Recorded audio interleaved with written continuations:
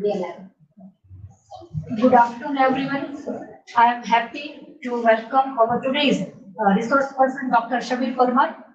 Okay, as we all know that we are running this NET GSET guidance lecture series. We can say managed by our Alumni Association, Department of English, MK Bhavnagar University. I am again, we can say, happy to also give the introduction about today's speaker, Dr. Shabir Parmar sir. Currently, he is working as assistant professor at Government Arts and Commerce College, Lilia, District Amreli.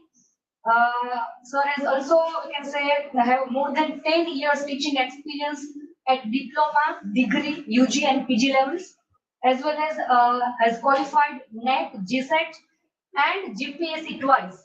Okay, so we also looking forward for the another session for the GPSC as well in future. Sir has published several research papers in national and the international level journals and in the conferences as well.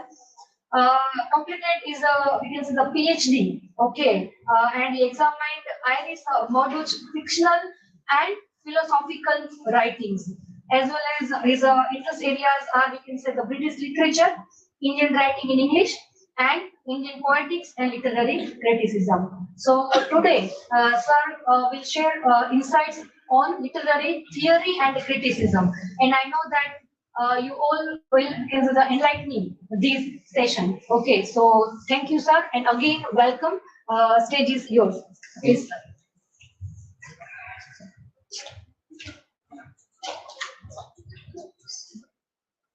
Thank you for such a warm introduction and welcome.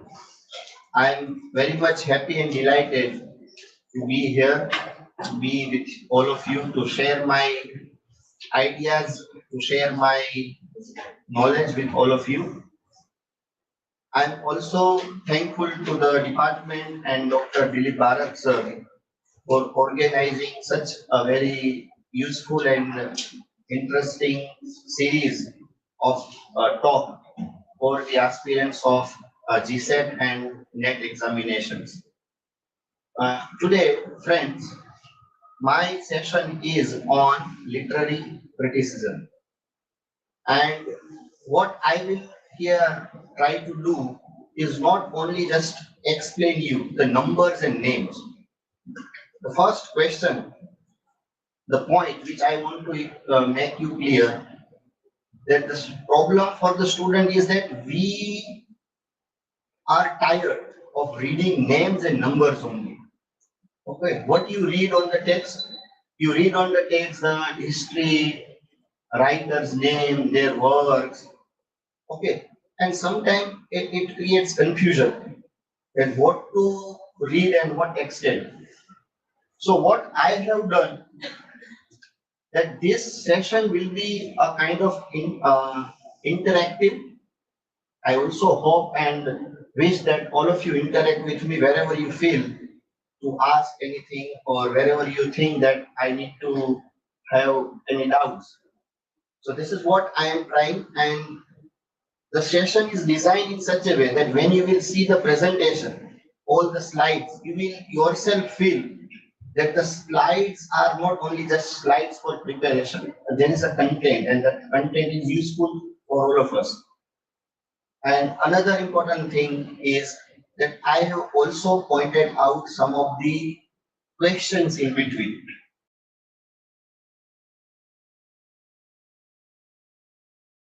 Understand the level, what we read, and what we are missing at the same time. So without wasting much time, let me start. So this is the topic, literary criticism. I hope all of you know what is a criticism. Is it clear? There is another term, and the term is literary theory. Can you explain me what is criticism and what is theory? What is the difference? First thing, as a student, we must know the differences between these two. Anyone from your side?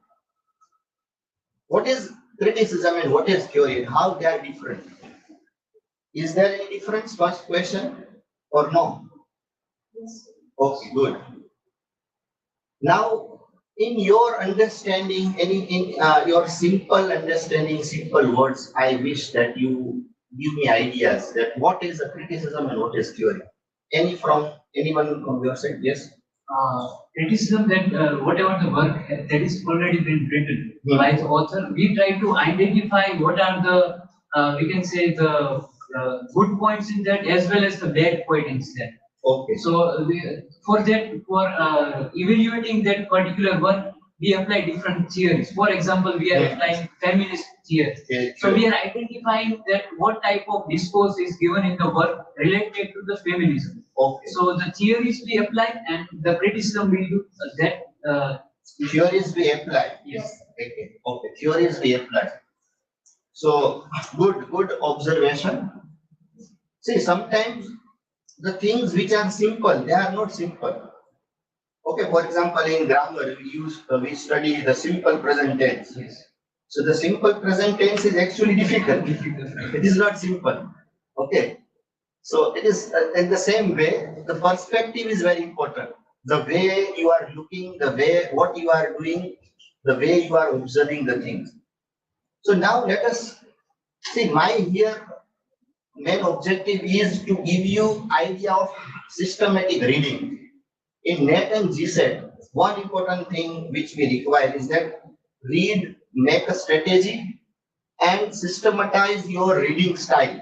That is the most important thing. Not only for NET, GSET, but for even GPSC or all kinds of exam. Okay.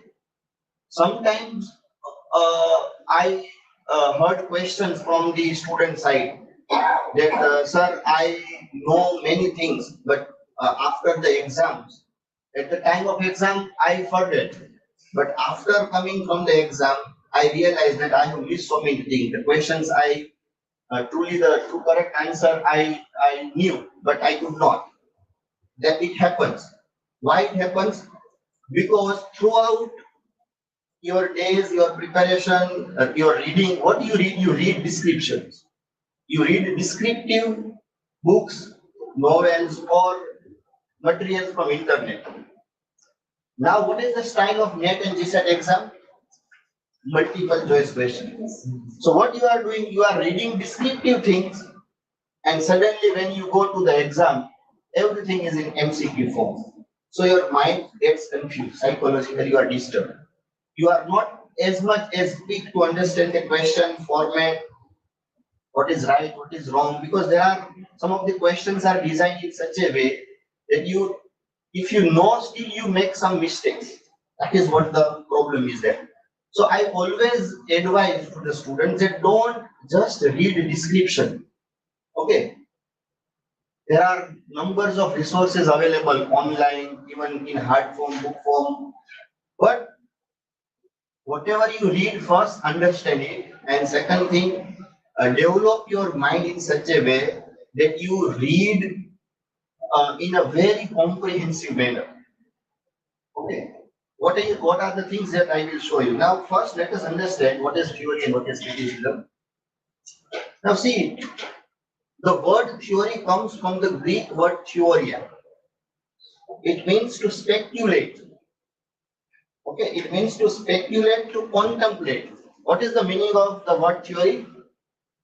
To speculate, to contemplate. Okay. The word criticism is derived from the Greek word kritikos, which means to judge. Okay, now see the roots of these two words. Therefore, literary criticism, okay, when you see literary criticism, is the study, analysis, evaluation, and interpretation of literature. What is literary criticism? Study, analysis, and interpretation of the text. Literary theory is the body of ideas and methods we use in the practical reading of literature. Theory means a set of ideas. Okay, a set of different kinds of ideas. You give different names. Sometimes you give name psychoanalytical criticism. Sometimes you say it is a new criticism, deconstruction, Marxist literary criticism. these names we give. So there is very important quotation here that I have missed somewhere, but it says that theory is a lenses through which you see the text. What is a theory? Theory is a kind of lenses. Okay, for example, if you see the world from the red color lens, you see the world is red. If you wear the world yellow color lens, you see the world is yellow. So theory means a set of ideas, okay, which you apply for practical reading of the literary text. Is it clear? Good. So when you, for example, see any movie or any text, okay, which text you is in your syllabus? Any English author from Shakespeare? Yes. Yes, sir. English one we are Macbeth. Macbeth. Okay. For example, when you see the text Macbeth, okay, life is a walking shadow, a poor player that struts and treads in his upper tale. It is a tale told by an idiot, full of sound and beauty, signifying nothing. Very famous words from this text.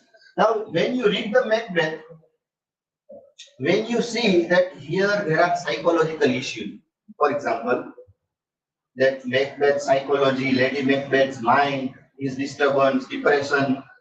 So when you see the text from psychoanalytical perspective, you see all the psychological things are happening in the text.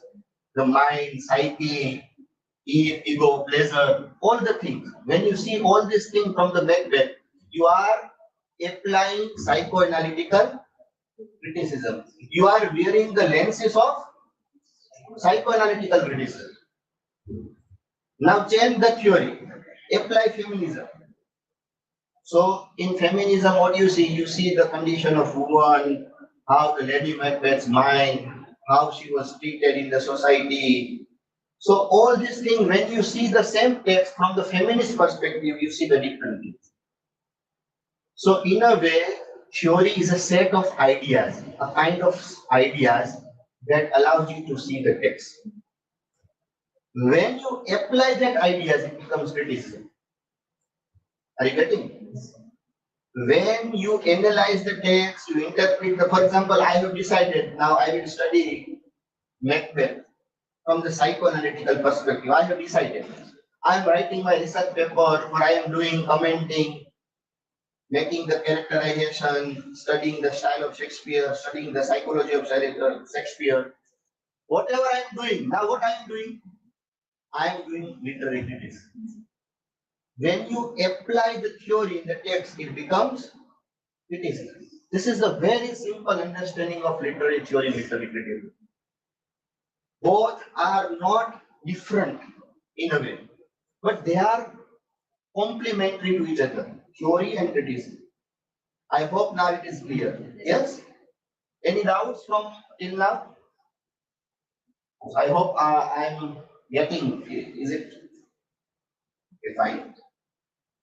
So as I said, literary criticism is the practical application of those theories. By literary theory, we do not refer to the meaning of work of literature, but to the theories that reveal the what literature can mean. Till now, theory and criticism, two terms we have discussed, and I hope that. So what I am trying to tell you that, see, sometimes everything is in front of you, but you are not sure that I know the things. That thing you need to clarify for the reading and practice. Or whenever you are preparing for NET and GSET exam, sometimes what you say, that for example, Plato, so you might say that Plato I did not, didn't need to practice it. Okay, or Macbeth, Shakespeare I know. So let us left his works. Okay, the way you are reading, practice your reading style, prepare your reading style in such a way that you understand the most fundamental aspect of that thing. For example, when I come here in Bhavnagar, if I ask you what are the famous things in Bhavnagar, okay, every city has its own culture. famous things are there. Okay, when you go for Rajkot, you go for Ahmedabad. So 4 or 5 things you will find that, sir, if you have not seen this thing or not visited here, you have not get the real taste of Bhavna. These are the 4 or 5 most important things. Is it is it like is it like that? You go to any place, any work, any system. If you don't know that, it means you know nothing. Okay. Same thing is with the reading of your topic. For example, if you read Plato, if you read Aristotle, A.S. Eliot, whatever you read, if you don't know 5 or 6 important qualities of that person, and you know all the biographical and other details, it doesn't mean, it means that you know nothing about that person. So that thing, whatever the most essential qualities of that person, you must know. Okay, for example, T.S. Eliot. Can you tell me any 1 or 2 quality of T.S. Eliot as a poet? Any 2 quality. As a poet, how do you see? Or as a critic, how do you see T.S. Eliot?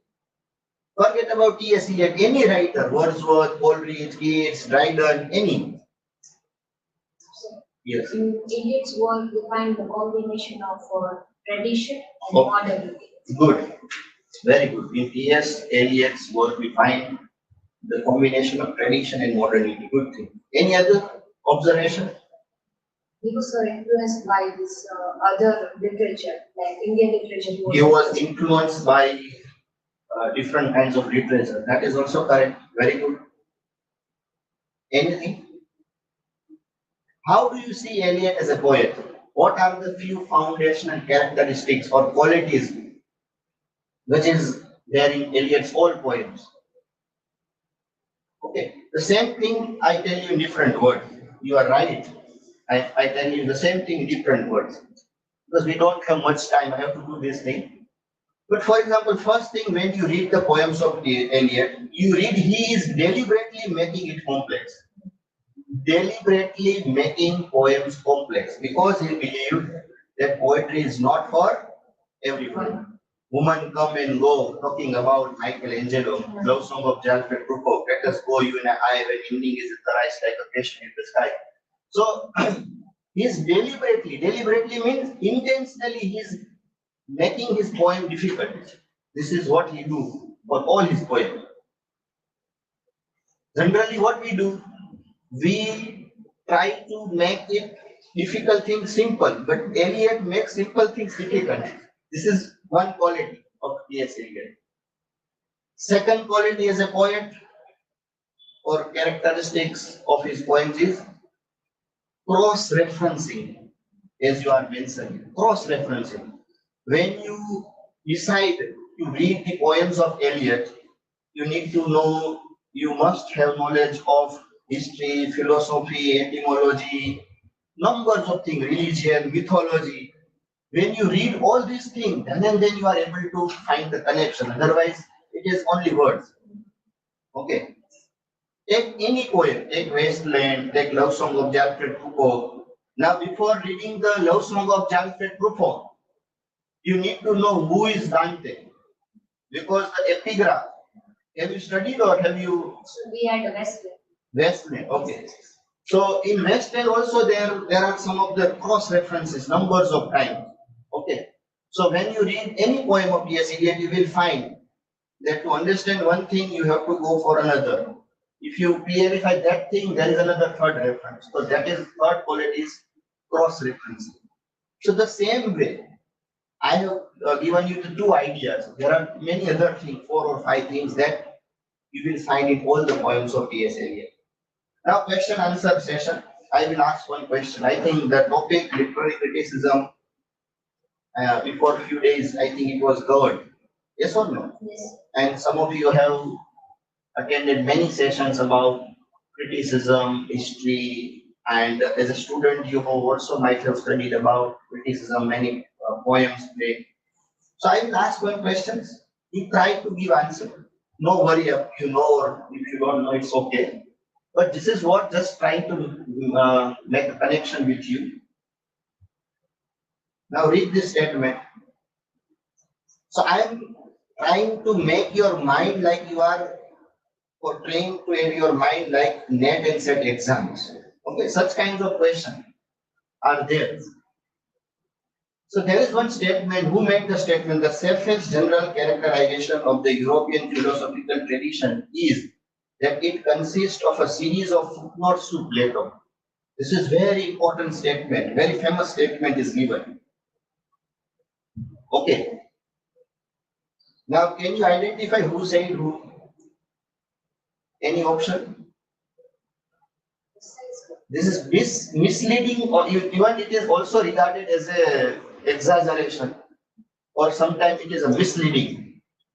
And if you have attended the lecture of Dr. Sanjay Mukherjee sir, which was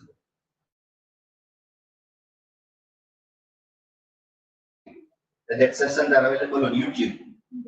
In that session, Mukherjee sir speaks this sentence. He refers these ideas. Any idea from your side? How many of you? Yes. Russell. Letter to Ludwig Wittgenstein. Any other option?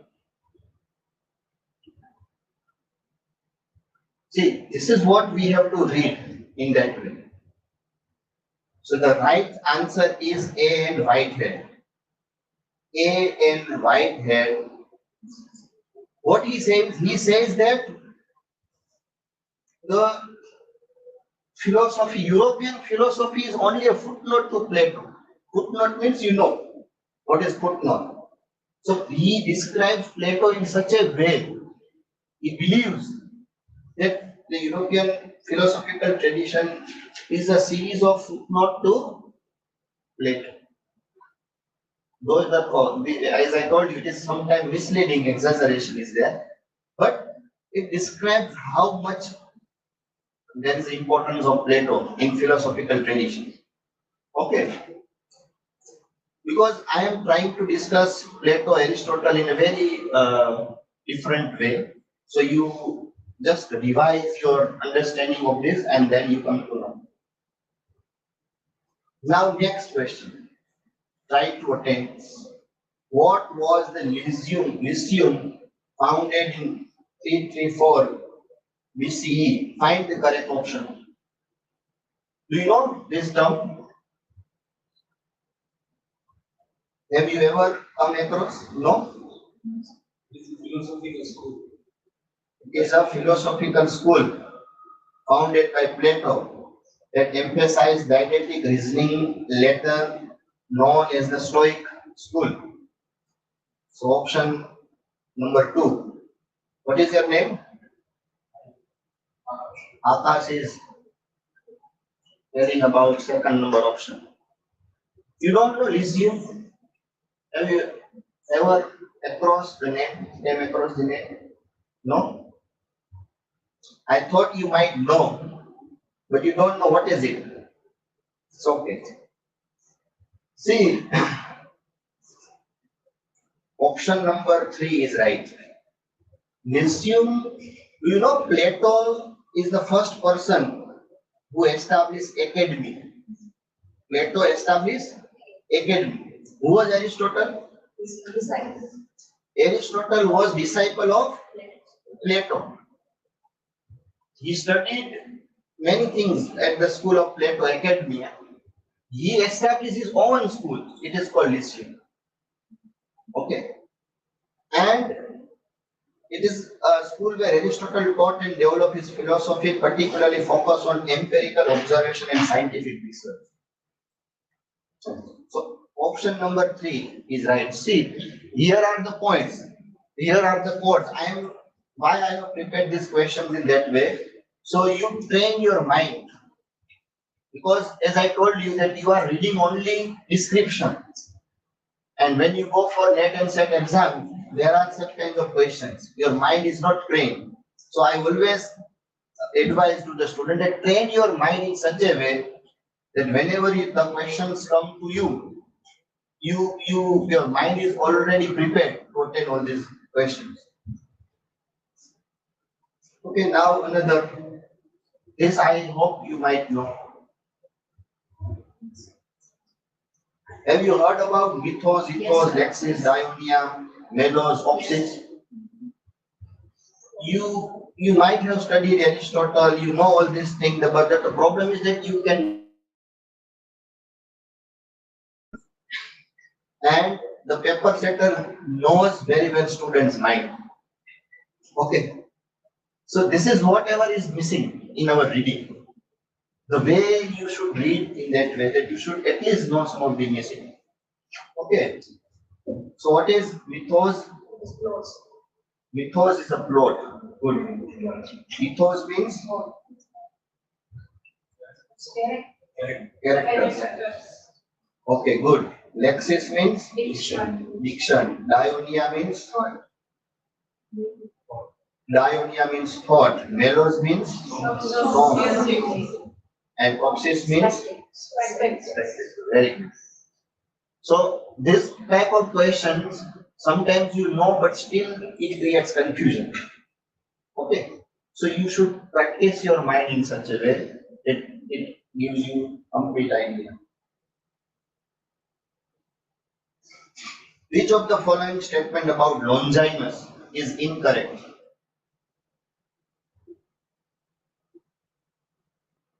There is some error in this question. It is about Longinus and his works on the sublime. So it is written in epistolary style. Longinus addresses it to dear Terentius. Sublime means elevation or loftiness. And George Sainsbury considers Longinus as the first romantic critic. See, sir, these questions, I know that somewhere these questions are there in previous year's papers, but they are different. I have designed some different questions, but these are the important questions which are already asked in previous questions, examination of DSET and NET. So which from these options you find is incorrect? It is written in epistolary style. What is your name? Arti. Arti. Arti is saying that it is written in epistolary. Any other option? B, sir. B. Any other option? The answer is option D. Now, before teaching you Plato and Aristotle, I must know that what you are reading and how you are reading. That is why I have put this kind of test. George Sainsbury. See,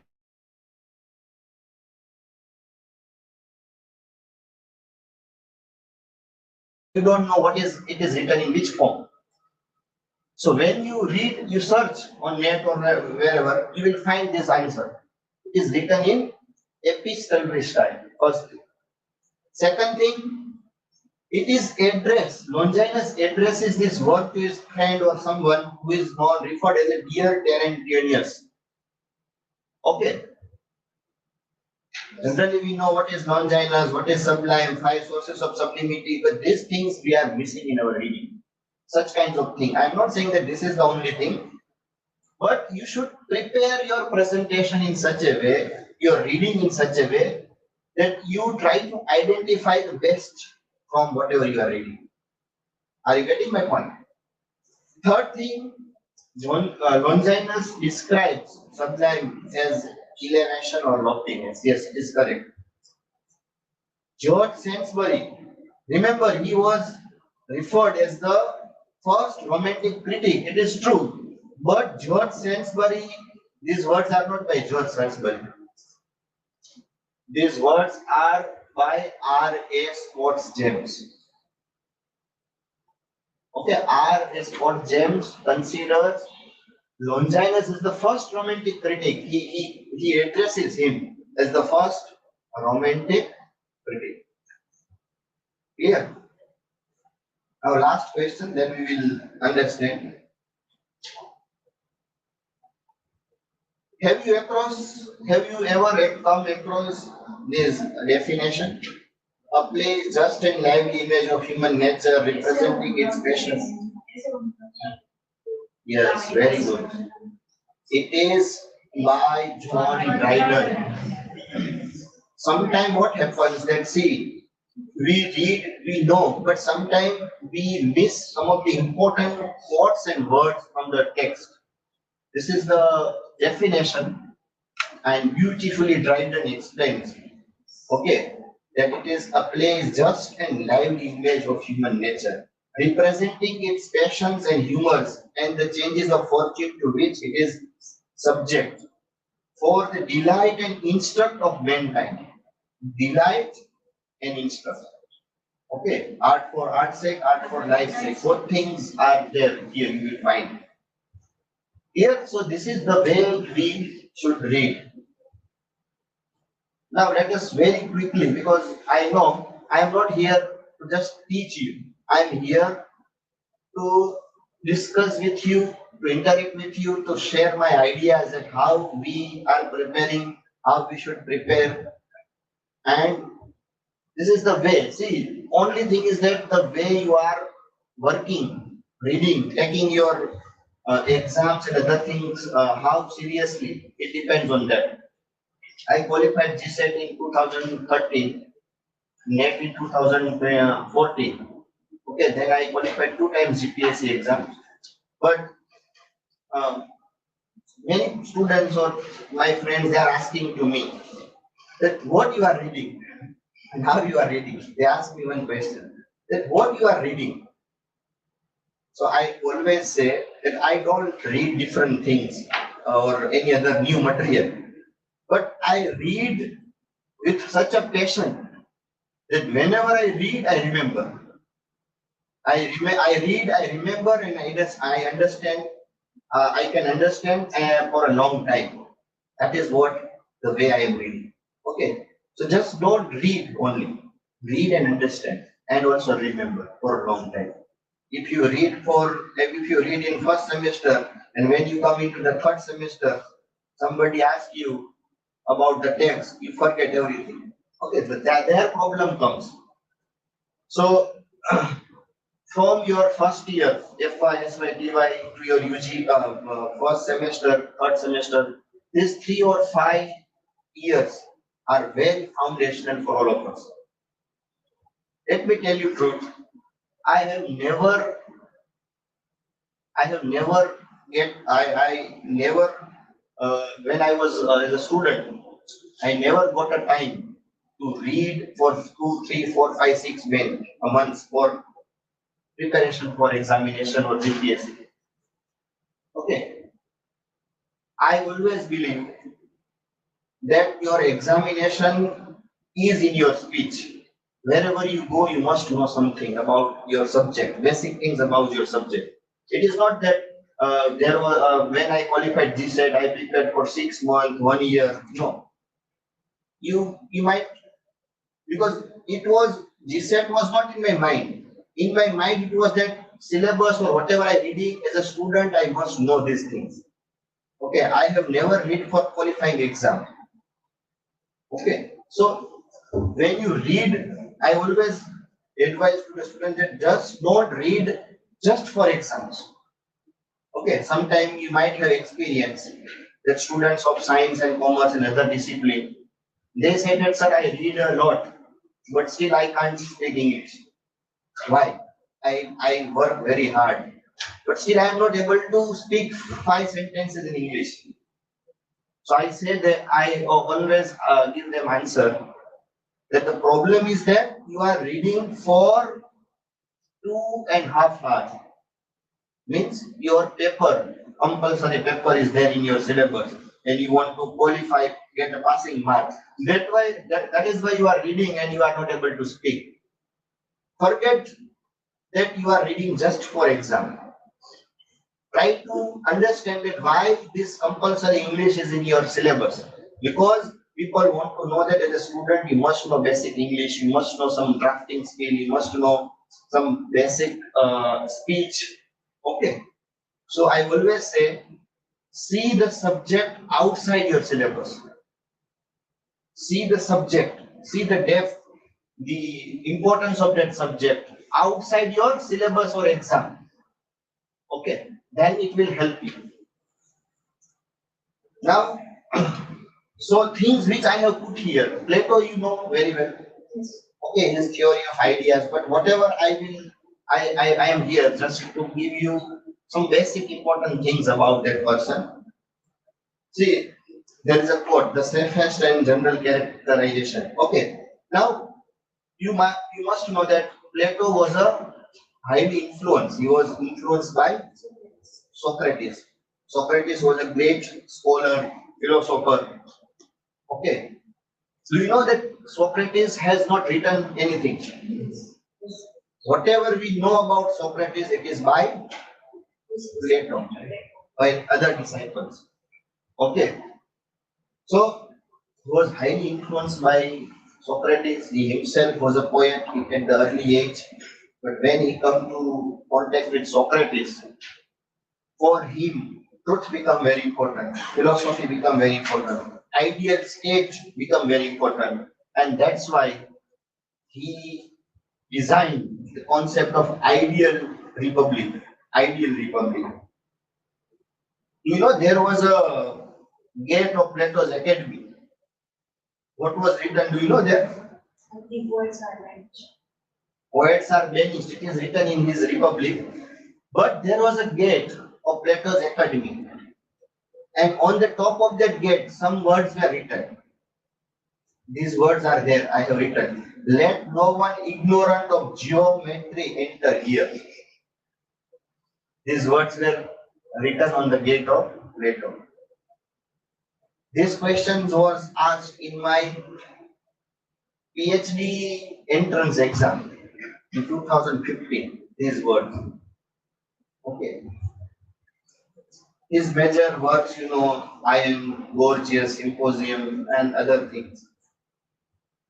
So, why we know Plato or what we know about Plato is his theory of mimesis. Mimesis means imitation.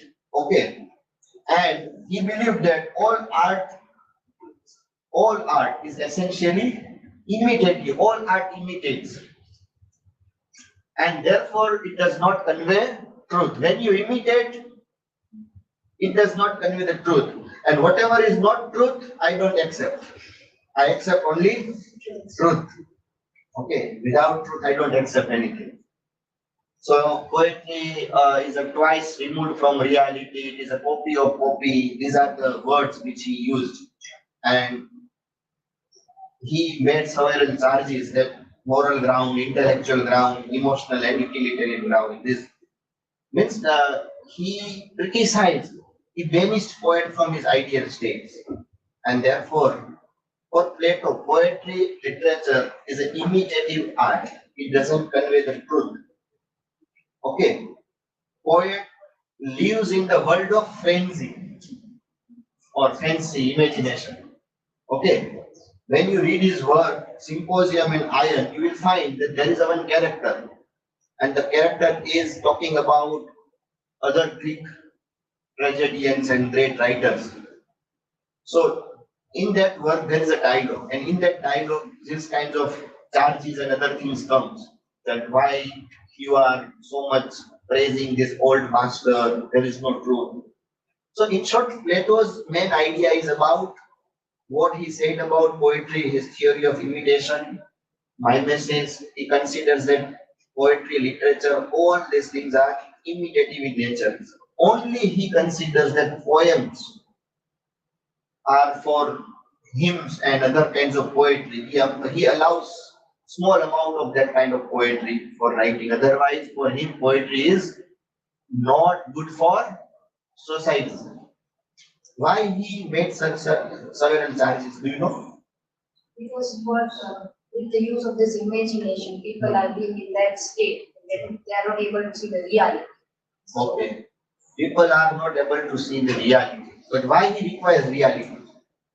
Why Plato was making all of us aware that you should not do this, this poet should be banished. Why? I think during that period, like lots of wars are going on, and the people has to be very like knowable about the facts. That is what is going on Yes. in the society. If the politics enter in the field of society, then people become more emotional, Yes. and they will not able to fight for their country. That is True. maybe the reason. Good, true. So when Plato lived at that time, it was a time of wars. You might have seen the movie Spartans or 300 Sparta. So Spartans people, they were very strong, very powerful. The army was very powerful.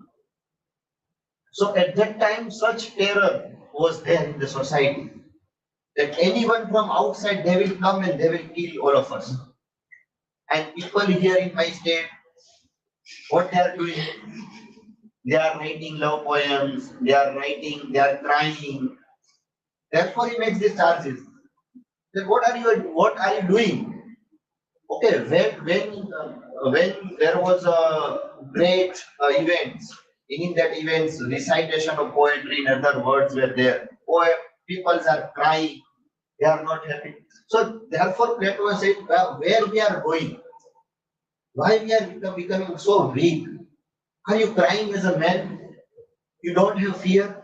I want to establish ideal state, and in my republic, in the republic, people, I need a people that they are soldiers, they are warriors, and they are very much strong. No one can defeat us. Therefore, talking about all these things, one aspect of the ideal republic state was about poetry and literature and criticism, arts. Therefore, he criticized this thing. In the Republic, his book, he speaks about many things. And in that many things, there was one portion about literature and art and other things. Okay? Aristotle. Okay, what do you know about Aristotle? Why Aristotle is famous? For poetics, his famous work. Okay, good. Then, what are the key concepts of poetics? Character, plot. A definition of tragedy. How many of you can remember the definition? It is a imitation of. Nobody. I hope that at least one or two students can remember. Because if you don't remember the definition, then you cannot understand the connection. Tragedy is an imitation of an action that is serious, complete, and of a certain magnitude. With all kind of, when I speak in flow, I can remember. Sometimes I forget also. Tragedy is an imitation of an action that is serious, complete, and of a certain magnitude in language, embellished with each kind of artistic ornaments. The several kind being found in separate part of the play in form of action, not of narration. Through pity and fear affecting the proper purgation of these emotions. It speaks everything. This is the only definition. This is the only definition of any literary form. Do you know? What is poetry? There is no fixed definition. What is novel? There is no fixed definition. What is drama? There is no fixed definition. There is only one definition which describes the most of the major qualities of that particular form of literature, and that is a tragedy. And it is defined by Aristotle. This is the only definition. One. You don't have definition of comedy. Is it there? No. So the definition speaks everything. But apart from definition, what do you know about the life of Aristotle? You know, as a son, as a kid, how Aristotle was, or where he was brought up, or you don't know. That means, see, that is what I want to tell you. That see, just don't read numbers and names. My first word from the beginning. Literature, as a student of literature, you should realize one thing, that the written words on the page in books, they are not numbers and only names. What poet makes them alive. So as a student, when you read with such a spirit, such a passion, that it alives in your mind. And then you can recollect.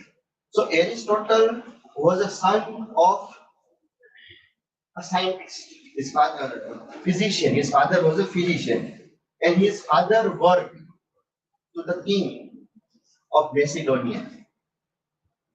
and his son was Alexander the Great, the king of Macedonia. Okay, his son was Alexander. Alexander means Sikandar, the great Sikandar. So Sikandar was a disciple of Aristotle.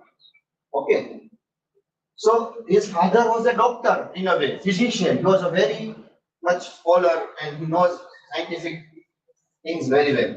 So Aristotle was a scientific temperament person from the beginning. He was scientific by mind. Okay, as I told you that his father Nicomacheus was a physician, and Philip II of Macedon to teach his son Alexander. Now, why I am telling you about this thing, that Aristotle was a scientific. He inquired each and every question. Plato says that is poetry literature useful for society or not? This was the main question of Plato. Now Aristotle comes and what he says that first you should understand what is poetry. Poetry is art. Now you question what is art? Art is a modes of life. Okay, arts are modes of life. Which is the best art? Tragedy. What is a tragedy? Limitation of an action, that is. Are you getting me? So he systematically inquires each and everything and explains. Now what is a plot? What is a character? Okay, each and everything he gives a specific arrangement. What is a plot? How do you describe plot in the any observation? What is plot? This is the story. What is different between story and plot? Story has beginning and end. Story has beginning and end. Plot does not have. Whereas plot starts from some point, then it moves to the past Good. and coming back Yes, to the yes. present. It shifts. Okay. In simple word, plot means logical arrangement of events. Logically, events are arranged, while the story runs systematically. Okay, so again, I am not talking here how he replies Plato and how poetry is useful. His definition of tragedy is there. These 6 elements of tragedies, which I have already given in the question. Then he talks about 3 unities. He also speaks about sometime epic poetry. Okay, and even his work about some portion is about on comedy. Now coming to Longinus, I'm just quickly moving because the most important thing which we have discussed that I'm speaking. So on the sublime, see now you will find the question from my slides. Why I am quoting original words? Because these are the words you should know and you should read. Definition of tragedy, what sublime is described by Longinus. That sublime, whatever it occurs, consists in certain loftiness and excellence of language. So I always believe that read original things first. And Longinus gives the idea that the work which is sublime, that is the great work, and it is not a cup of tea of everyone. There are very few people in the society that can write at this kind of level. So Longinus was talking about the greatest work of the time, the greatest work which is for all the ages, which is for all human beings. Like for example, we have Mahabharata, we have Kalidas, we have Shakespeare. So these are the great writers. The boundaries of any country, okay, they cannot bind them. So they are for all. So Longinus is talking about this kind of people, and therefore he gives these sources of sublime. First, you should have great thought, then you should have some kind of emotion, then figures of speech, diction, and finally composition. Ultimately, you put everything into the frame, and that frame, like epic, tragedy, or what. So that composition, the way it is composed, is also important. For example, there are some movies are there. Okay, when you see that movie, you will find that you cannot go 5 minutes outside because their plot is so much designed in such a way that everything is connected. Okay, so this is what the entire composition. the dialogues, characters, acting, everything happens, and therefore the dignity of composition. Then is Dante. Have you studied Dante? No. So Dante is for his work called Dante is called the supreme poet. These are the Italian words. Sometimes these words are also asked in such kind of words in NET and GSET exams. Okay, he is the father of the Italian language. Now his main question is what language will the poet use? What Dante is talking about? Which kind of language poet should use? So Dante as a critic, he was more concerned about the language of literature. And Dante is known for Divine Comedy and other works are there. But De Vulgari Eloquentia on the eloquence of vernacular. This is his treatise. Okay. And this treatise speaks about the vernacular language, supremacy or importance of vernacular language. So there are many things, the language, character. In short, what Dante believed that the language, for example, we are living in Gujarat. So in Gujarat, there are Gujarati language, but there are different versions of Gujarati. Okay, so what Dante is saying that we should write in such a way that the standard language of which all the people from Gujarat can understand. He was talking about vernacular of that time language. Okay. Now after Dante, who comes next? Yes, now we are entering into the English literary criticism. Okay, and in English, there is Philip Sidney. What is the name of his work? Apology of Poesy or Poetry. And why he wrote this work? Stephen Gosson wrote one pamphlet for the school of abuses like that, and he responded that like a Plato and Aristotle. Okay. So Sir Philip Sidney, An Apology for Poetry, also known as the Defense of Poesy, 1595, after his death it was published. Okay. And it is a response on the attack on the poetry and literature launched by Stephen Gosson. And he wrote the work, The School of Abuse. This is, remember these words, The School of Abuse. Stephen Gosson wrote. And to give response, because in this work, Gosson made several charges against poetry. Okay.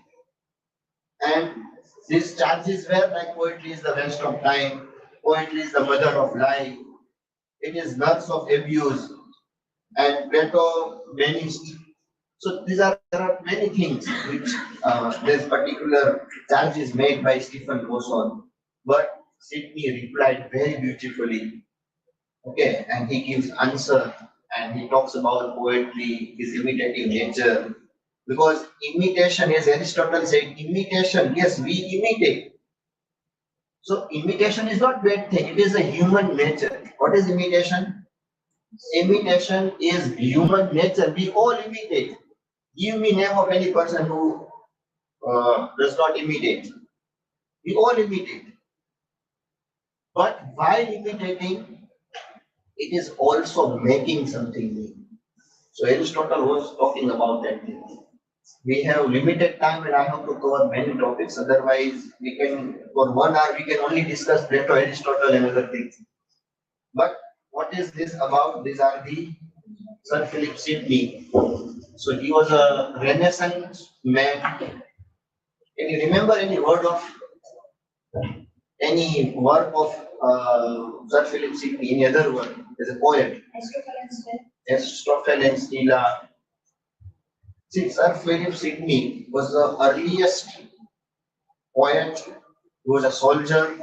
He is referred as an Elizabethan gentleman. Sometimes these kind of questions also asked in NET and SET. That who is referred as a gentleman, Elizabethan gentleman of that time. So it is Sir Philip Sidney. And he represents true spirit of the time. Astrophanes era, Arcadia, some of the work.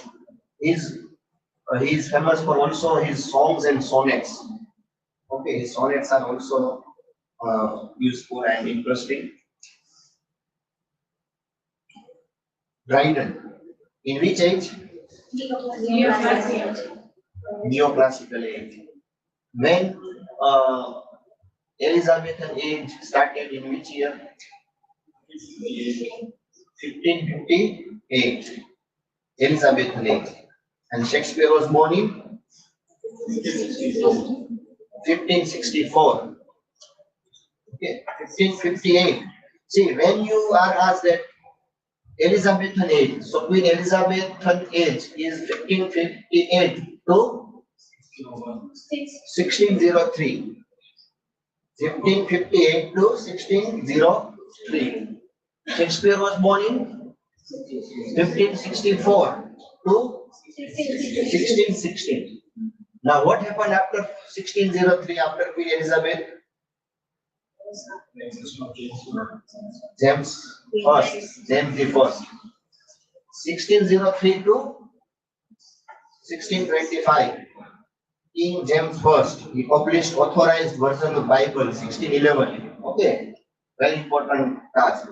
And that's why that age is also known as a Jacobean age and Jacobean drama. Later dramas of Shakespeare are referred as a Jacobean drama. Okay, King James first. You have Duchies of Malfi and other works are there. After James first, Charles first, 1625, and therefore it is called as a Carolian age. When theatre were closed, theatre were closed. 1642, 1641 or 2. Theatre were closed. The theatre were reopened in 1660. In 1648, Commonwealth period started. Oliver Cromwell came. It was also time of John Milton was writing. It was also time of John Donne was publishing. Okay, so these are the things. So now we are with the John Dryden. My question is that when John Dryden was born, it is related to here. It is not much important question, but at least we should have connection. 1631. When? 1631, and he died in 1700. So when there was theatre were closed, and this time at the time Dryden was a small kid, or 10 or 15 years old. But when Dryden became young, after 1660s, okay, 1660s, when King Charles II returned, and his return, he restored everything, he restored drama, he restored culture, and it is therefore called the Restoration age. And 1665 or 6, there was a great plague in the London. Dryden also became poet laureate in I think the same years. There was a great fire of London in 1666, and in that year he wrote this poem, which essay on dramatic poetry. How many characters are there in this work? 4. Good. Crites, Eugenides, Meander, and Decidius. Okay.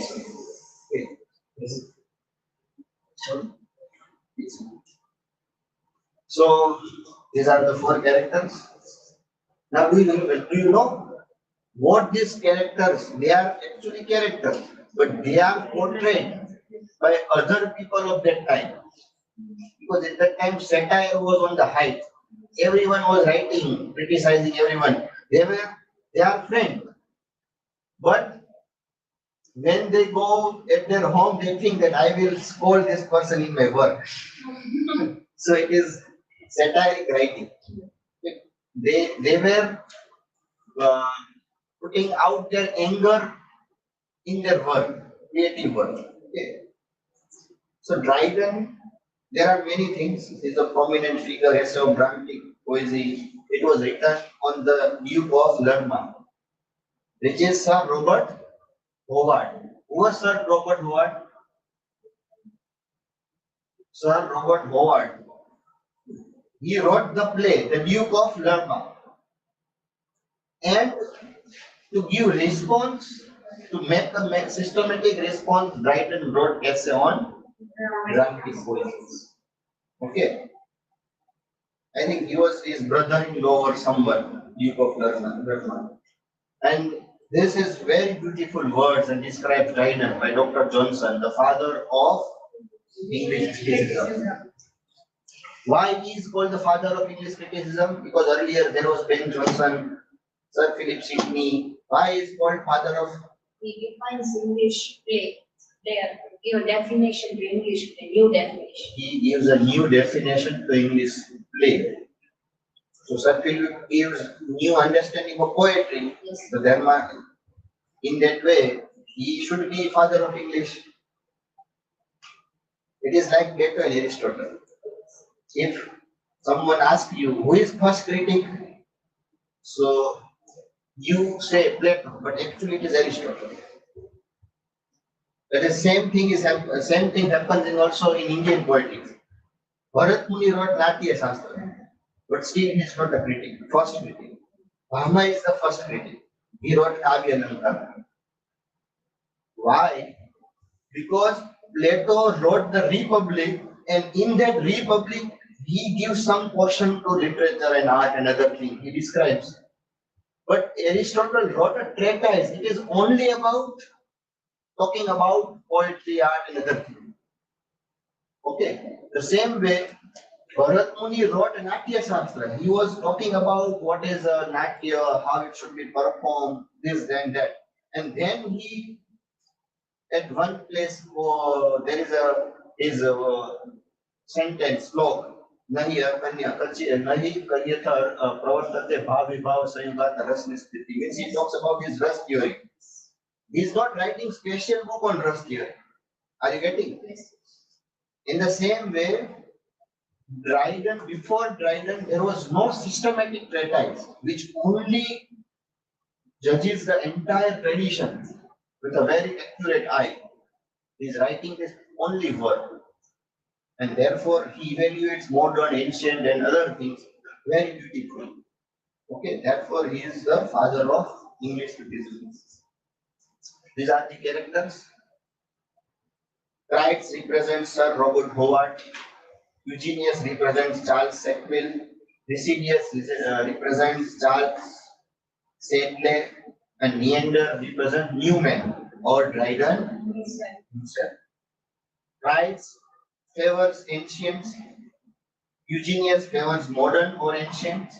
Residius is in favor of French drama. And Neander is English.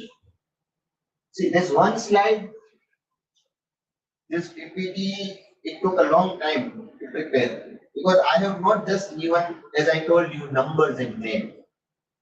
They are well designed. And that is why I always advise that read in such a way that you should know the best from the best.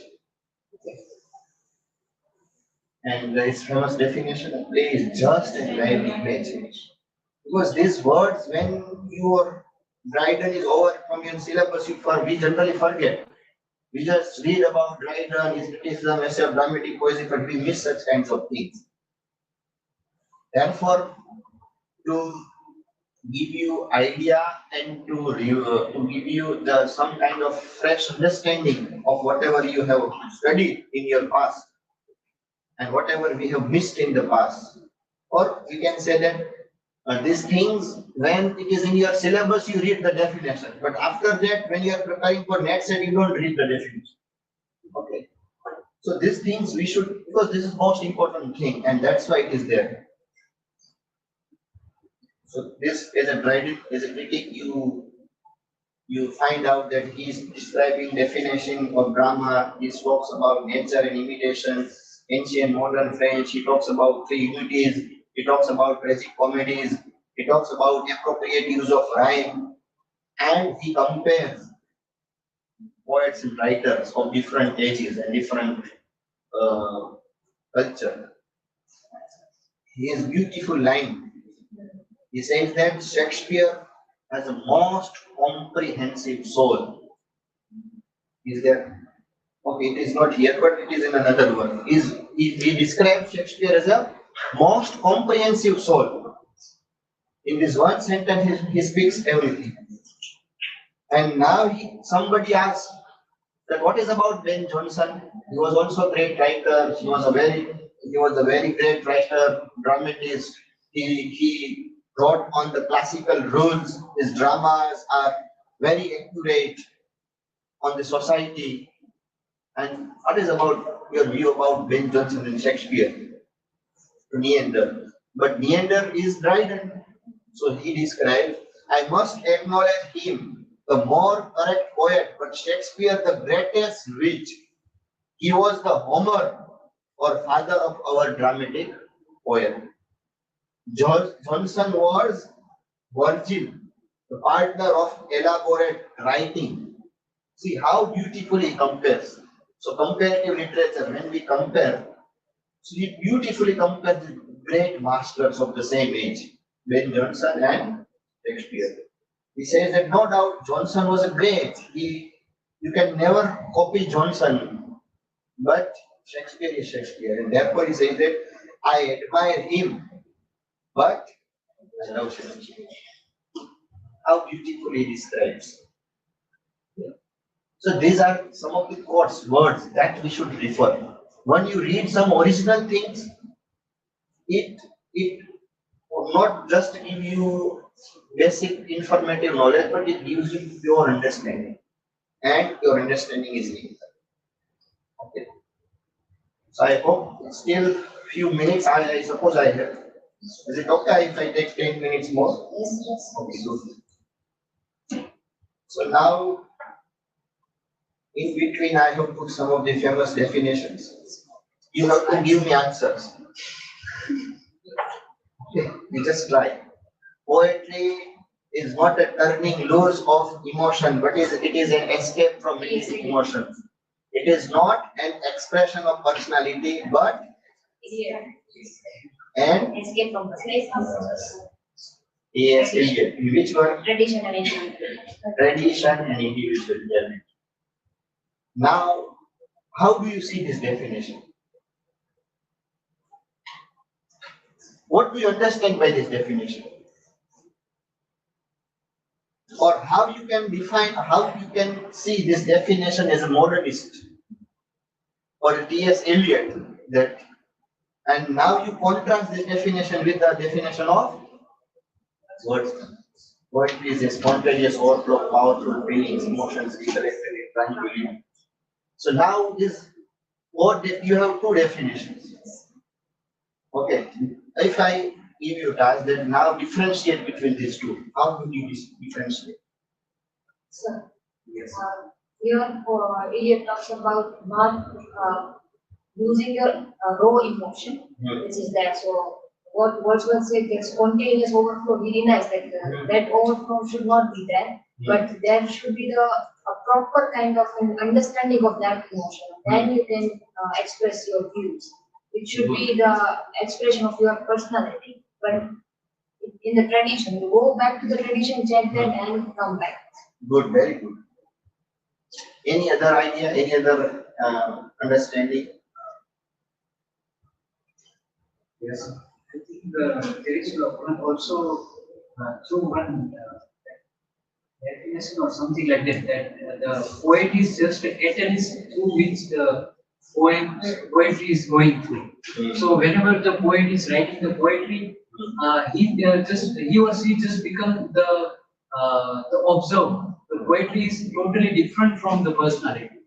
So there is one also Chemical. Very good. chemical description is also Good. So the idea is clear in your mind. But let me make you very simple. When you read Wordsworth and this definition, you will see that it is very subjective. The definition talks about Wordsworth believes that it is personal. Okay, whatever I feel personally, I can write in poem. But T.S. Eliot, New Criticism, Modernism is about not personal, not subjective, objectivity. Are you getting? So this definition is about make criticism objective, not subjective. When I like Shakespeare and I write about Shakespeare, I always praise. Okay, if I don't like Shakespeare, I criticize him. It is not like that. So what is new criticism? New criticism is about close reading of the text. Don't read just only biographical and other details. See the language of the text, see the character of the text, see the linguistic patterns, symbols, other things. Okay, intentional fallacy, affective fallacy. So what everything was. So because T.S. Eliot was living in the same age, modern era. So as a modern writer, he was trying to make criticism more scientific and systematic. And how you can make criticism scientific and systematic? First, you have to remove the personal. Okay. So when we read Wordsworth, you will feel that subjective tone and here objective. Now, another definition, a poet is that species of composition which is opposed to the work of science by proposing for its immediate object pleasure, not truth. Yes, I agree.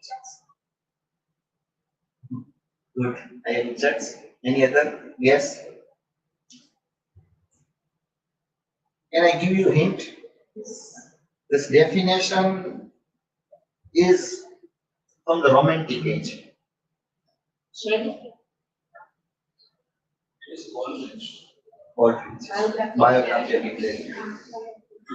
See, Coleridge describes poem. It is that species of composition which is opposed to work of science. Okay, this is definition by S.T. Coleridge. There is more details, but let us hear another definition. Poetry is the record of the best and happiest moment of the best and happiest minds. I like personally this definition.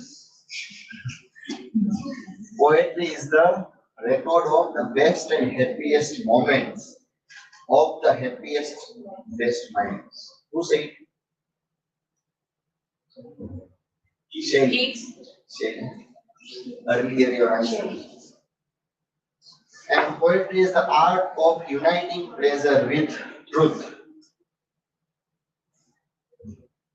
Dr. Samuel Johnson. So one definition you know, spontaneous word. So these are very famous definitions and you must know that who said what. Okay. That's why I have written this. Now Wordsworth, Lyrical Ballad, 1798. Now whatever Wordsworth has written, when they published Lyrical Ballad in 1798, before that in 1793, Wordsworth was in France. He visited France. In 1789, what was there? French Revolution. French Revolution. 1789. You have to remember only one. 789. 1789. Okay. So French Revolution, impact of French Revolution. At that time, Coleridge was with German critics and he was reading all these things. But after a few years, when they published Lyrical Ballads, people not responded very well because they didn't understand what is this kind of poem. Okay, the rhyme of the ancient and other poems you see, it was there in the Navy. Study poem or not? In the Navy by Wordsworth. 5 years have passed, 5 summers and 5 long winters. I still listen water coming from the lines. And other poem, Ode to Intimations of Immortality. Okay. So when they publish these poems, people not understand very well, and that's why Wordsworth wrote preface. When he wrote preface, even people don't understand. So he wrote second preface. Are you getting? So this is how it became criticism. He was not critic. Wordsworth was not a critic. He was a poet. Okay, but he want to explain what is his ideas, his views, and things, and that's why it becomes critical document. So he wrote preface to Lyrical Ballad in 1800 and second edition and rewritten it in 1802. It is misleading sometimes. And we just only remember that he published lyrical Veda, and then we forget. And that's why in such kind of exams, such questions are there. So he talks about what is a poem, who is a poet. Who is a poet? A man talking or man speaking or talking to a man. And he talks about diction of poetry, poetic diction. It should be very common, colloquial, easy to understand. Okay, so this is what about his Wordsworth theory. He talks about, as I have written, a man speaking to man, a man is to endure. So this is what about he defines observation, recollection, filtering, and composition. These are the stages of. Okay, after Wordsworth, many years later, his friend, he got another new idea. Whatever Wordsworth said in preface to lyrical ballads, after 10 or 15 years, Coleridge thought, now I should reply. Earlier he never did not reply. You know, Coleridge wrote many of his poems in his dreams. That is why supernatural. And Coleridge, have you read any poems of Coleridge? Which? Kubla Khan, The Rime of the Ancient Mariner, Rejection Ode, Frost at Midnight. These are the famous poems. So when Coleridge was a very different kind of person. He was sometimes philosopher, sometimes poet, sometimes he becomes critics, he gives lectures. Okay. And in that way, Coleridge, when you see his ideas, so I like personally about how he defines imagination. Because it is very important concept of that time. And supernatural poet. Coleridge is such a poet that even you love to get involved into the fear. Because when you read some of his poems, you can't read the poem at midnight or alone. Such horrible descriptions are there in the Rime of the Ancient Mariner. Okay, such horrible descriptions. Okay, there is one dialogue when in the Rime of Ancient Mariner, everyone is in the ship. Okay, and suddenly all died. 200 people all died. Only one person, the mariner, is alive. He could not feel anything. Just visualize the scene that you are in the middle of the sea. Okay, the thunder, lightning, everything is there. The vast sea is there. And you are there and you have 200 people. All they died in front of you. And their eyes are open. They are looking at you. And in that way, he described the dead body of my brother's son stood by knee to knee, and the body, and I pulled out, but the body said not to me. He described in very beautiful way that very small kid, his brother's son, the dead body of my brother's son stood by me, knee to knee. Suddenly, one boy awakes and he pulls his leg. Just imagine. Okay. Water everywhere. So these are the very beautiful words. So Coleridge is such a poet, such an interesting poet, that even you fear, still you love to read his poem. Okay, you love to fear. That is why I use the phrase. So he decorates fear in such a way that you love to read his entire poems very well. There are numbers of incidents are there in Rime of Ancient Mariner. Some time if I get time we will discuss. So what Coleridge, as I said, George Saintbury here says, so then there abide these three, Aristotle, Longinus and Coleridge. George Saintbury, a very important critic, he considered that there are only three critics. He puts Coleridge's name with Aristotle, Longinus and Coleridge. So he gives such respect to Coleridge. Poet, philosopher, Biographia Literaria, 1817, he wrote Biographia Literaria. Even if he used his Kubla Khan, in Xanadu.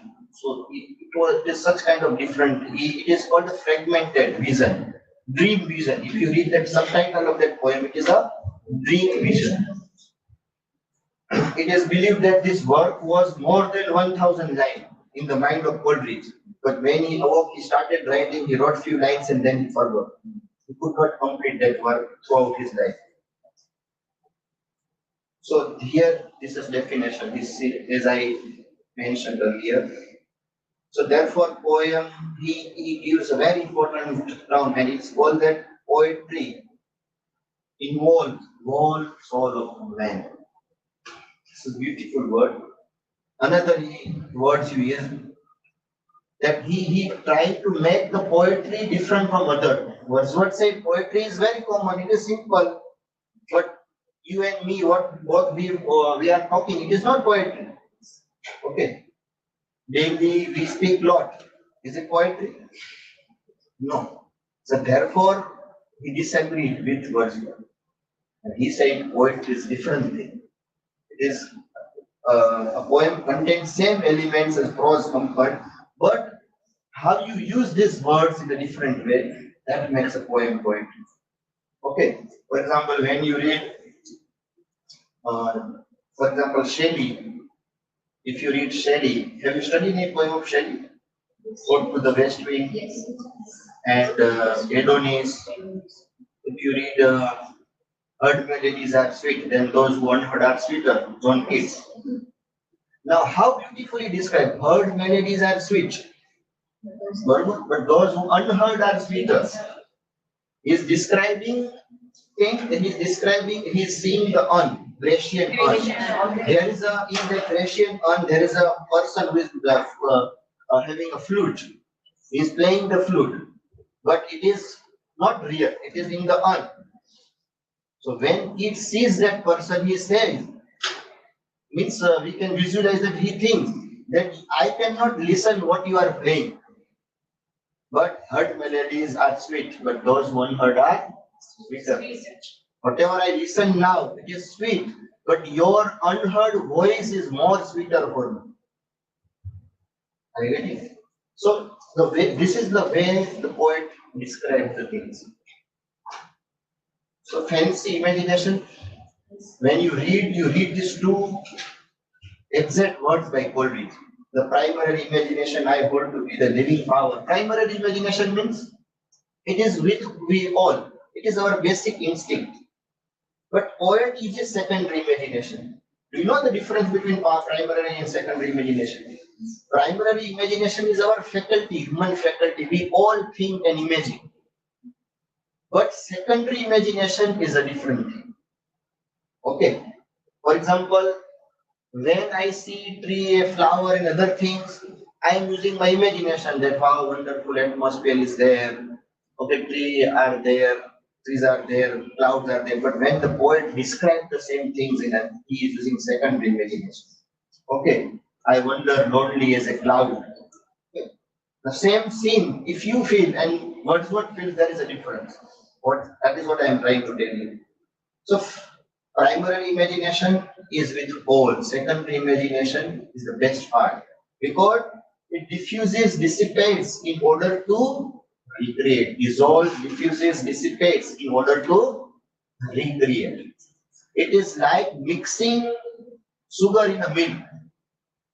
You cannot separate both the things. And he used the term plastic imagination. And this is the last of biography, literary chapter number 14. The last few paragraphs. He described the poet's good sense. Poet's good sense is the body of poetic genius. See, he visualizes who is a poetic genius. He talks about poetic genius. Come. Who is poetic genius? Good sense is the body of poetic genius. Fancy is a drapery. Drapery means cloth. Good sense is a body of poetic genius. Fancy is a drapery. Motion is life and imagination is soul of that poetic genius. He visualizes about poet in a poetic genius form. So this is what he is talking about. Now there are one or two critics But I think I should now skip this just you see the slides. The most important thing I have to teach you is at the end. See, this is Matthew Arnold, essay criticism, function of poetry. Important definition. What he says, Matthew Arnold, a disinterested endeavor to learn and propagate. This is very beautiful words by Arnold. He is talking about criticism. Disinterested endeavor.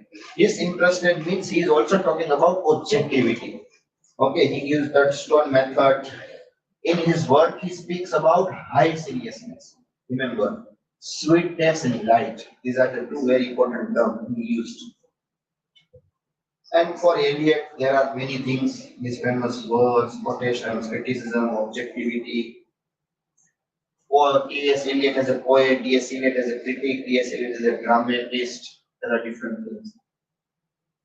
His famous works, his famous concepts, tradition in individual talent, impersonality in poetry, objective correlative. He also praises the metaphysical poets, disassociations of sensibilities. These are the terms which you might come across while reading T.S. Eliot. Now, just let me highlight for a few minutes, not making strategy. Now, whatever you read, this is, you have seen my slides. I have not just given the names and numbers, but whatever, through my reading, I find this is the best things I have put in that frame. So, whenever you read, you find out the best things from that. You try to see the most important aspects and prepare notes. So one is you can prepare in simple way, like writer, poet, his major work and his key ideas in their framework. For example, Plato, Republic, Iron, Phaedrus, Symposium, his key ideas. This is the short key of reading and revision. Okay, like he talks about mimesis, art and morality, a theory of ideas or form. For Aristotle, so these are the terms and how they are related. So you can prepare such kind of chart, such kind of notes. This is one way. For example, see Dante Alighieri. So if you read just few words, you can suddenly come to know that his defense of vernacular language, the quest for a noble vernacular, historical and theoretical linguistic, language and identity. So in these 3 or 4 sentences, you can at least give basic idea of Dante. In the same way, Ryder, Sir Philip Sidney, Wordsworth. Okay. So this is one method. You can prepare such kind of charts. There are almost 20 to 30 major critics and other things. If you prepare these kinds of notes, it will help you all the time, not for GSET and NET. In GPSC interviews and other things. Okay, in some kinds of interview, they whatever you read, you fail every time. They ask lots of things in detail. Remember? So this is, I will share in next session or somewhere if I get a time, pure session about how to give and prepare for interviews for GPS and other kinds of examinations. There is one my video, I think it is available or not in YouTube or not. But in that I have talked about all these things. Now this is another strategy, the same thing in different way. See, what I believe, just don't read. Read one thing different, using different strategies. So when you prepare this note, now you can also prepare notes like this. Okay, how it will help you? It will help you to remember the things. If you remember and work for 2 or 3 times, changing style 2 or 3 times, you will remember for a long time. Okay, first strategy what we did, writer short his major works and his key ideas, concepts. Now single writer, his major works and major ideas. This is another strategy.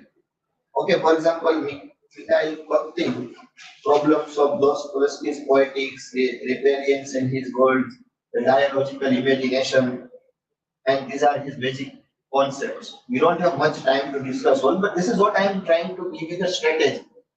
When you read about this particular person, you must know dialogism, carnivorous, heteroglossia, answerability, polyphony, chronotrope. At least these terms you should know. Otherwise, you have not read anything. Are you getting my point? See, only reading is not. If you say that I have 50 books and I read daily 5 hours, okay, it will not solve your problems. How you read, that is important. Another James Derrida, you know very well, his famous work, this concept of deconstruction. What is deconstruction? In simple understanding, I am not talking about very difficult philosophical term. What is deconstruction? Reading the text, finding the reports and applying, finding the binaries. Binaries. Good. More simple version? Any more simple version?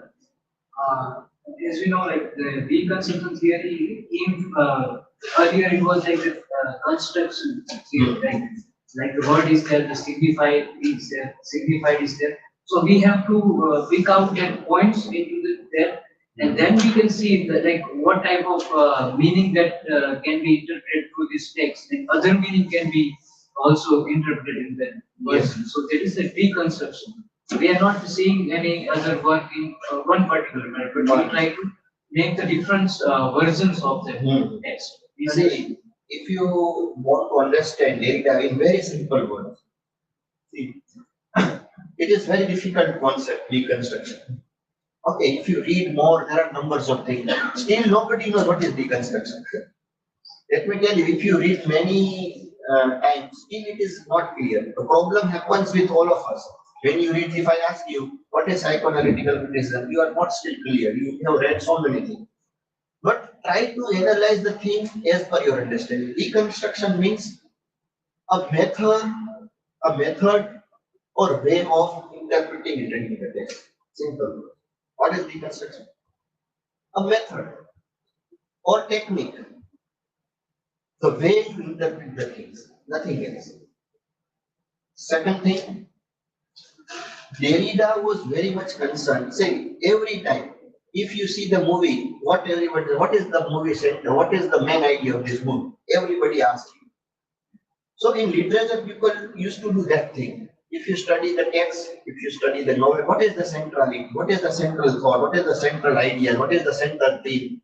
So I can understand if you say 3 Idiots is movie about how to become successful in life, not only getting education, formal education. If I conclude this movie in these 2 or 3 lines, sometimes it is okay, yes, it is fine. This is the movie. But what Derrida is trying to tell you, that you can apply multiple interpretation every time. Even your interpretation is different than your last interpretation. Okay, whatever. For example, I am the same person. Today I gave lecture about this literary criticism. Tomorrow, if I come on the same time, same topic, same theme, still my lecture would be different. You can't copy everything same. Even you yourself, you are not the same. If you speak 5 sentences, if I explain one person the same topic, and if I explain another person the same topic, there is a difference. There is a difference, the term which Derrida uses. Okay. So what I am trying to tell you is that Derrida is talking about that don't fix everything in one frame. Let it be open. Let meanings evolve itself. Because each and every word, language is made up of words. Each and every word has multiple meaning. And if you find one meaning of that word has another 10 meanings. So it is endless. Signified. Are you getting my point? So he is talking about centrality, that center itself is not in a center. Okay. For example, if I say that I am in the center of this room, but is the room center of everything?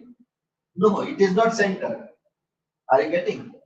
So center itself is not in the center.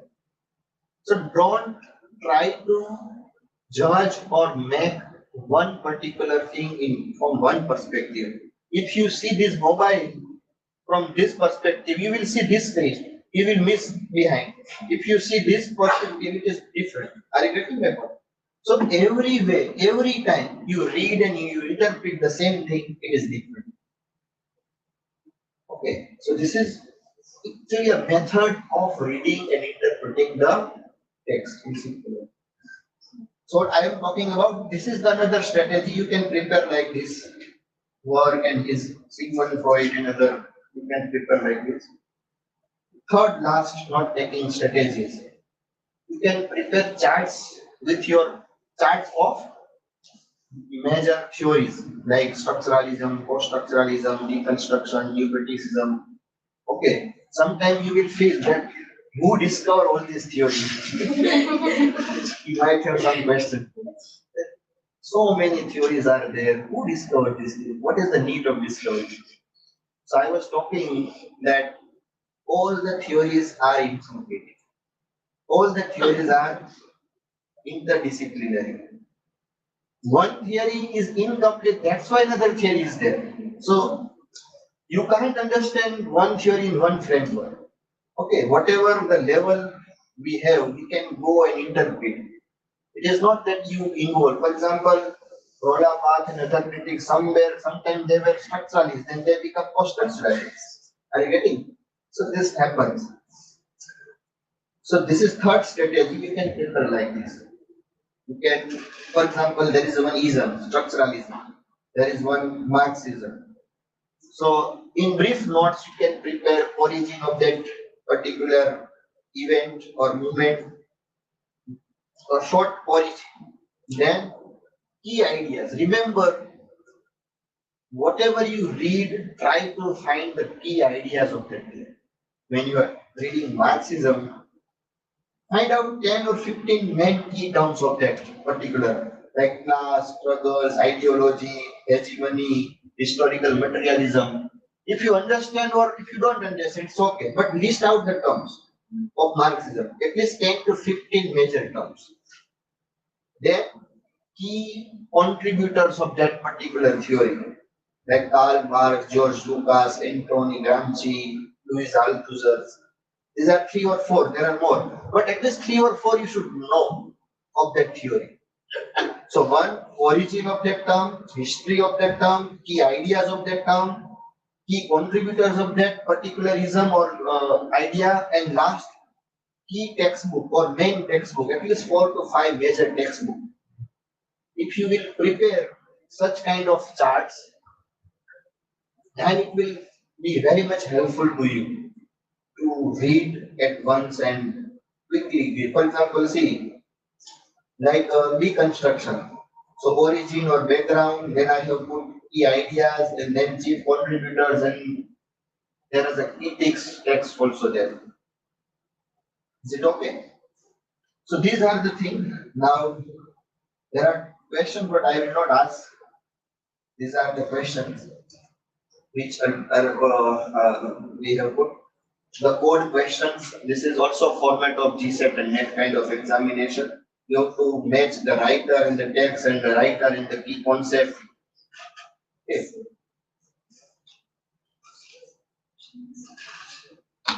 These are the other things I think I have covered, and time is also running fast. So I will conclude my session here.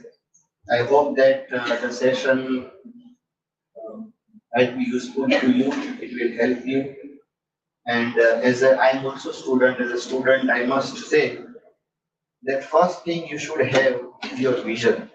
See, exams are coming and they are going. Sometimes you get passed, qualified, or not qualified. It happens every time. It happened from your 10th standard also. In 10th, when you were studying in the 10th, people used to say just 1 year, and then all problems are over. So you work hard. Again, you pass and you came into the 12th. And now the 12th is important, very important year of your life. If you qualify this, then your entire life is very good. When you complete 12th, then comes college, Now people used to say that the final year at DY is very important year. This is your mind changing year, this, that. Again, same thing you did. Then you came to the PG course. Now PG is very important. Till now everything was just short man. Now final is here. PG is the final. Okay, this is the final course. You have to grade well. Even you qualify or complete PG very well. Then there is a PhD, then comes GSEC, then comes NET. Now when everything comes, we qualified all. I had a dream. Let me share my dream. I had a dream that I will in 2020, 12 or 13, I had a dream that I will qualify all three. Okay, NET, SLET and PhD, everything. It was my dream and I qualified very earlier. But what I say is that every time when you qualified one thing, then there another dream begins. That now there is a dream of job, qualifying in GPS in other exams. Okay. So these are endless queries. We have endless queries. It happens. But as a student of literature, as a student of criticism, you should critically read the text, critically read the material, critically make a strategy to prepare your own notes. So thank you very much for listening me patiently. I am very happy that I have very good audience. All the dear students, all of you are for more than 1.5 hours. You peacefully listen to me.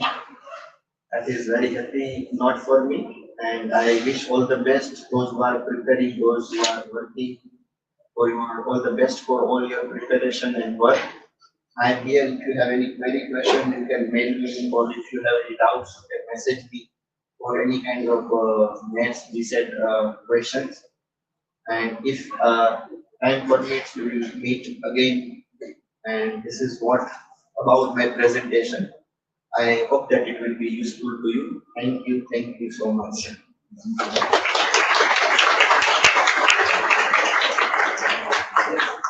Any observation, questions from your side? If you have any doubts, if you have any suggestions, if you have any things to share with us, you can share any one from your side.